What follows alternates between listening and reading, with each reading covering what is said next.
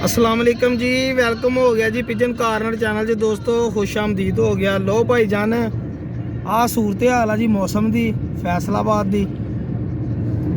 तकरीबन बॉटम लैन ते है जी धुंध जी आ, लेकिन सामने सूरज भी चमकन दिया। देखो सूरज भी चमकन दिया वा तो सरकार धुंध भी तुन गए इधर इलाके जा रहे हैं कि डेरे था। तो मैं कहा चलो दोस्तों को टैडी शैडी बच्चे लिया के दिए गां जेठ 2023 के चेतर विसाख बाजियां आ रही वा कूड़न वाले बच्चे टैडी गोल्डन ये वो जेडे भी लभे इंशाल्लाह लिया के दिने आ जी।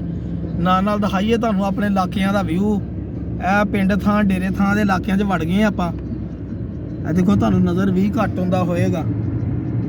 आ चेक करो जरा इलाके बिल्कुल ही है ना, कोई नहीं व्यू। ओ देखो सामने चंद भी सूरज चमकन दिया वा, लेकिन धुंध एडा गलबा धुंध का। हालांकि साडे जिथों असीं निकले उत्थे धुंध बिल्कुल ही बहुत घट सीगी, लेकिन जिद्दां जिद्दां असीं पिंडां थावां च डेरियां थावां च निकले उदां उदां माशाअल्लाह ना धुंध का जिहड़ा बोल बाला हो गया जी। सही है जी, अल्लाह खैर करे। तो 0306 70 85 0 व्हाट्सअप कर लो। 100 का डैडी बच्चा हैगा वा जी, कोशिश करांगे इंशाल्लाह मुनासिब कीमत लईए तो मुनासिब कीमत दईए दोस्तों को। सही है ना, ताकि तुहाडा भी फायदा हो जाए, साडा भी दाल रोटी चल जाएगी। हाँ, तो जिन्हें चेतर विसाख लिए बच्चे, क्योंकि पलाई बहुत घट लोगों की ऐतकी हुई है, कुछ दाना महंगा करके लोगों ने ब्रीड नहीं लई। तो अगर दोस्तों चाहिए होए मेरे नाल राबता करियो, इंशाल्लाह मेरे अल्लाह ने चाहे। और देखो सामने सूरज दे लो कितना पूरी आबोदा अपना सूरज है, लेकिन धुंध भी बहुत आ।